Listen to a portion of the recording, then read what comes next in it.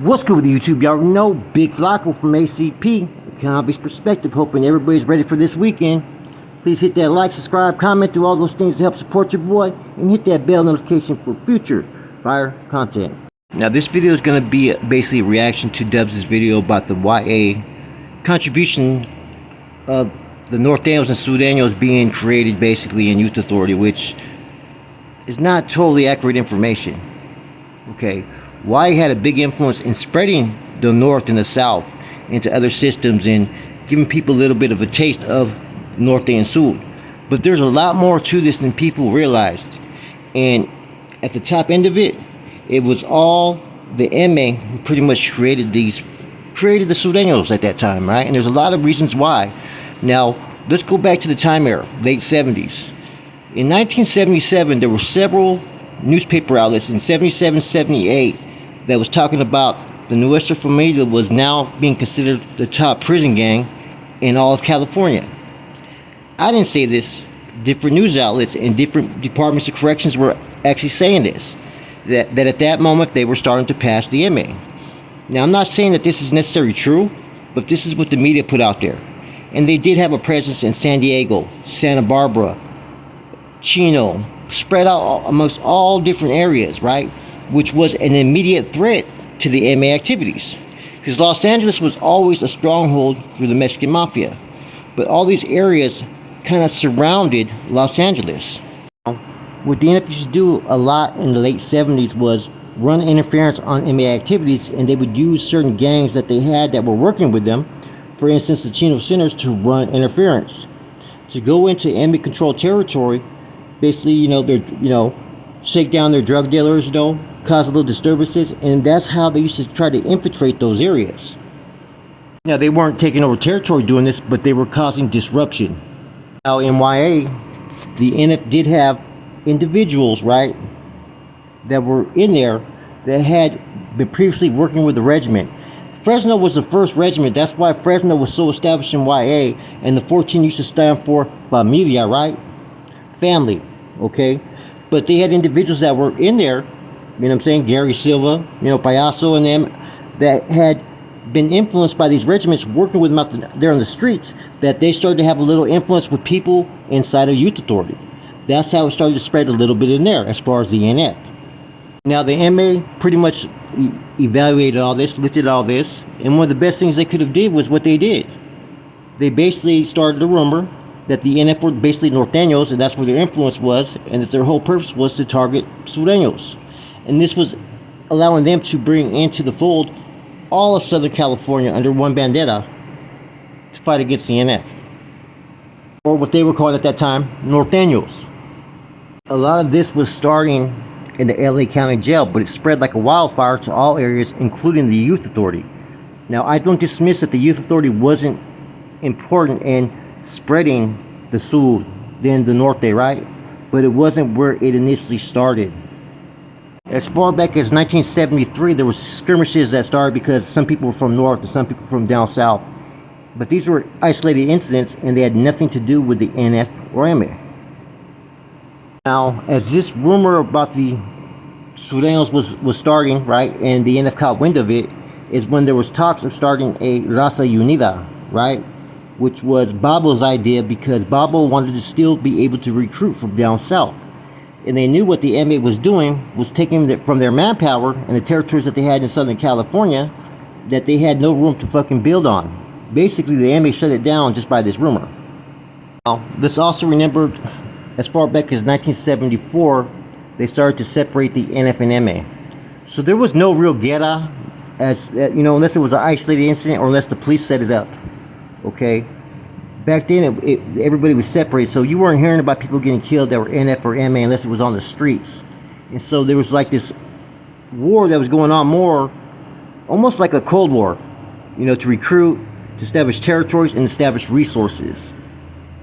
Now, in response to the new South Daniels who had been established, right, instead of the Raza Unida, they ended up coming up with the XIV structure of North Daniels. And they also had undercover NF members in the same pretty much mix. And they were pretty much being ran by an individual named Ricardo London, who was appointed to do this by NF captain named Hobo from San Fran.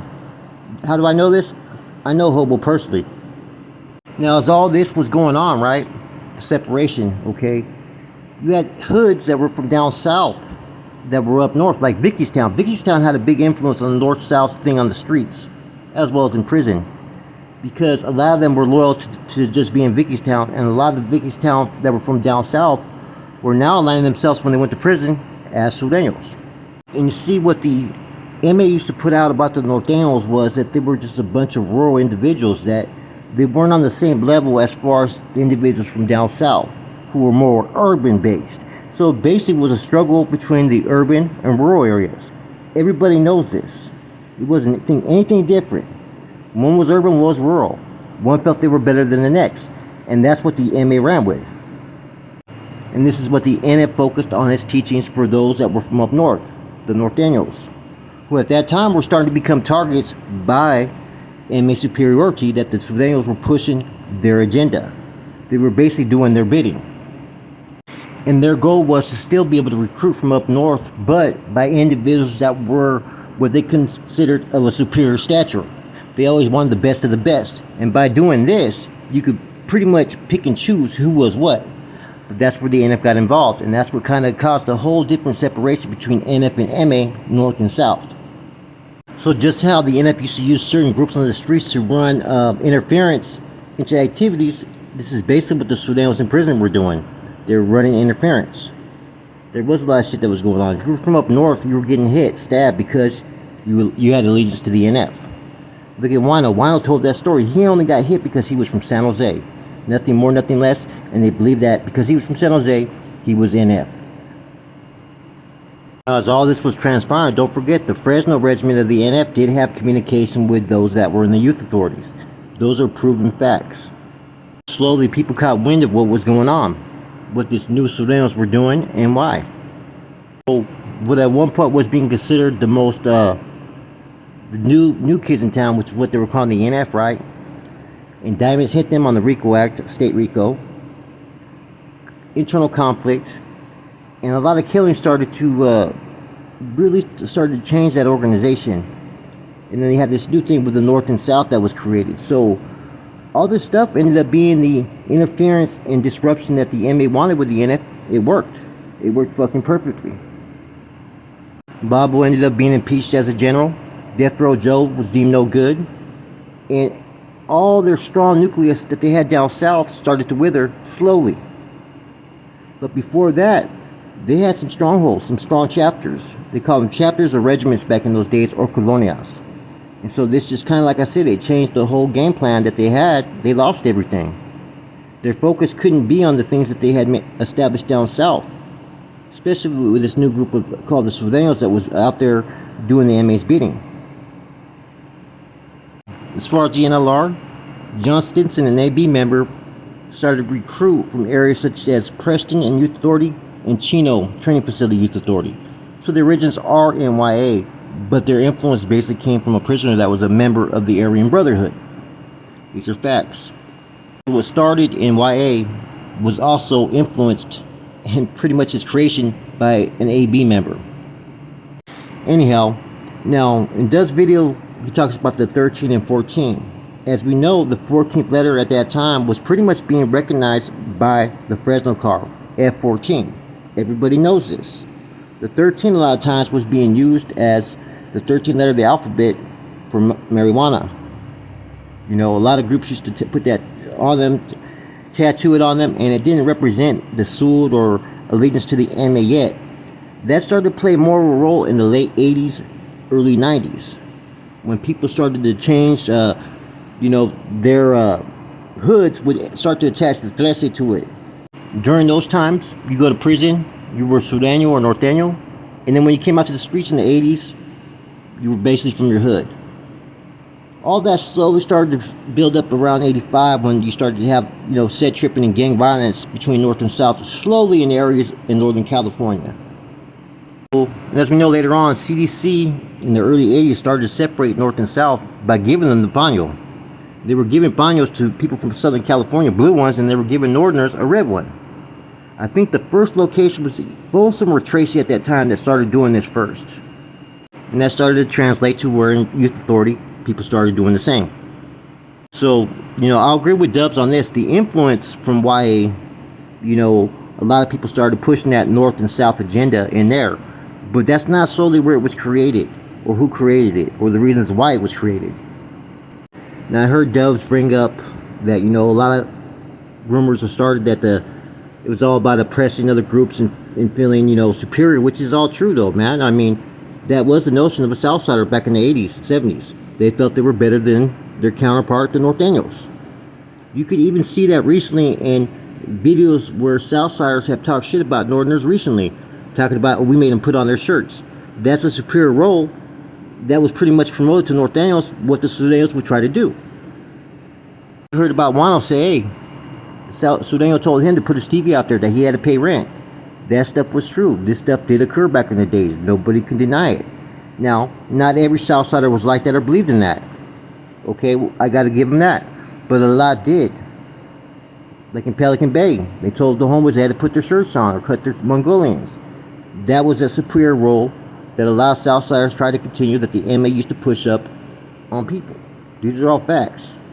See, the cause and struggle that everybody talks about that initiated in the 60s, right, was that people were oppressing people that were from up north. That was occurring, okay?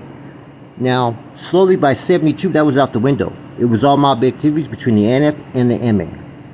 And people like Bozo and the comments they made kind of supports everything that I've said. Talking about making Northerners put on their shirts and whatnot, and that they're better. They're from the more urban area where it all started, and that up north they're just from the rural areas. That's always been the separation. Always. And there's been more than just 4 prison organizations or gangs or movements. There's been the Kumi, who still exist, right? They didn't start in YA or the streets, they started in prison. You had the CCOs for a minute. You had the Vanguard. Okay, you had the Nuestra Raza. So there's been different groups that have been created over the years that are based upon prison origins. Now, much respect to Dubs, good video, but I think he's leaving out a lot of key parts that would pretty much show where the true origins of all this started, man. It didn't start just in YA. It started, like I said, by different rumors, by different groups, and it was all to run interference and disruptions on each other's activities. The people that believed it was created in YA was because that's all that they knew, because that's where they went and first heard of it. But that's not the truth. It came from other outlets for other reasons and other purposes. It was basically a war of classes, separation. You're from the urban fucking down south, city life, and you're from the rural areas of up north and shit, Far Meadows and shit. That was the way that they kept this fucking war going for years. With that said, I hope you guys enjoyed this spill. Much respect to Dubs, but I felt that there was more to add to this that's being left out. I'm out.